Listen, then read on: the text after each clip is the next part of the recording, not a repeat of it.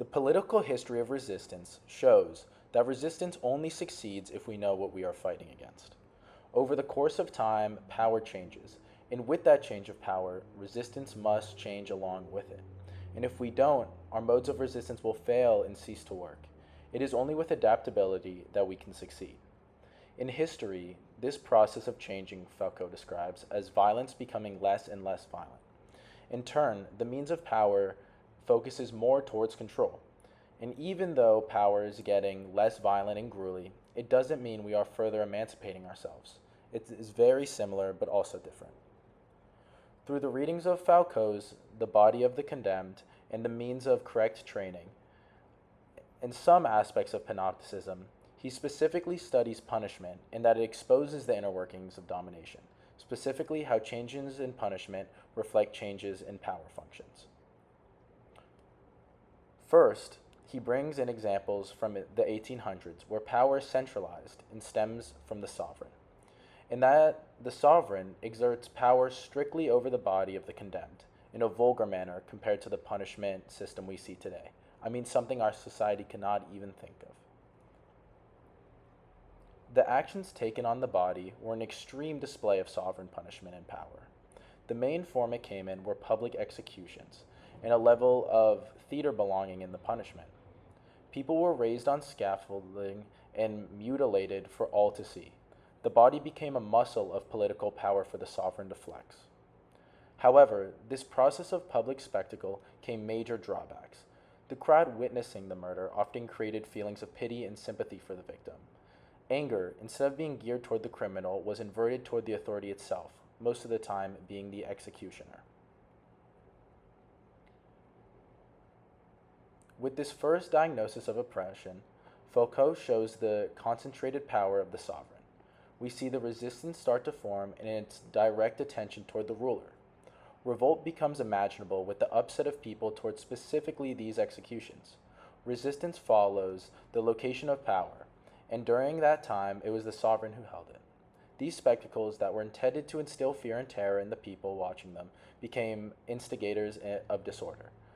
A spectacle fails precisely because it makes power too visible and emotionally unstable. So in turn, system of punishment starts to change. Instead of trying to create obedience, the direction is pointed towards control and stability. To force this shift, punishment starts to move outside the eye of the public, in places where the common people can't see. With this terror and fear of excruciating punishment, no longer is the goal, but certainty that you will be punished in regularity. And with that comes a bunch of social norms. With this, the punishment is not reduced, just put behind closed doors or redirected. Instead of inflicting pain solely on spectacle and vengeance for the crime, it was moved toward correction. In the modern era, this is where we start to see institutions such as prisons or correctional facilities, and even though we have images and knowledge of them, it is mostly unknown. Here, these institutions enabled power that targeted conduct habits and the character of the condemned. The punishment was there to shape the behavior of the punished, as we see in Foucault's other writing.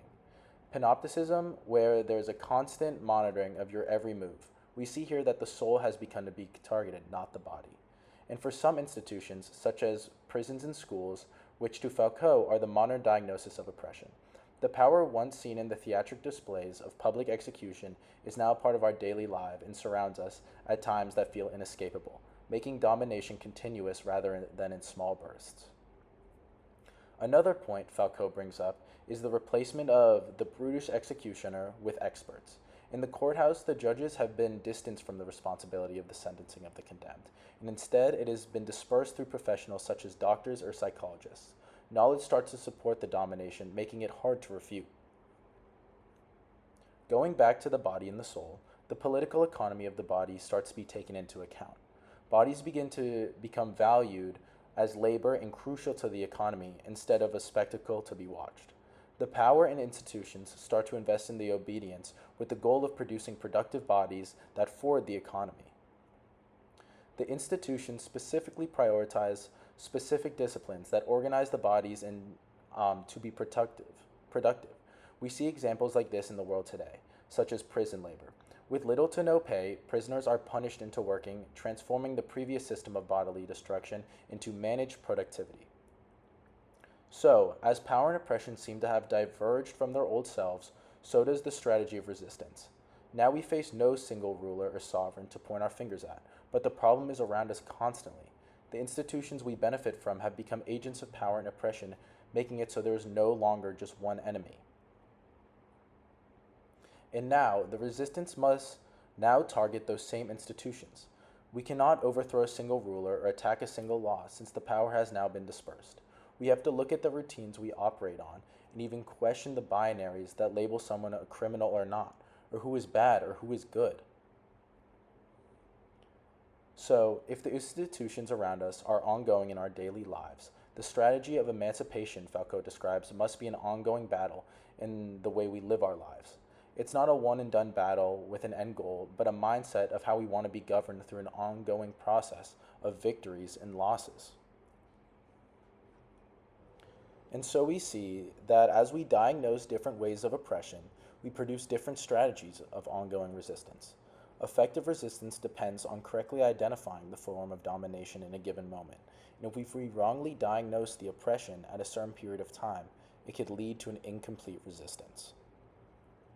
Finally, as the powers of punishment around us become more and more hidden behind concrete walls and normalized throughout our society, resistance must confront the systems in place.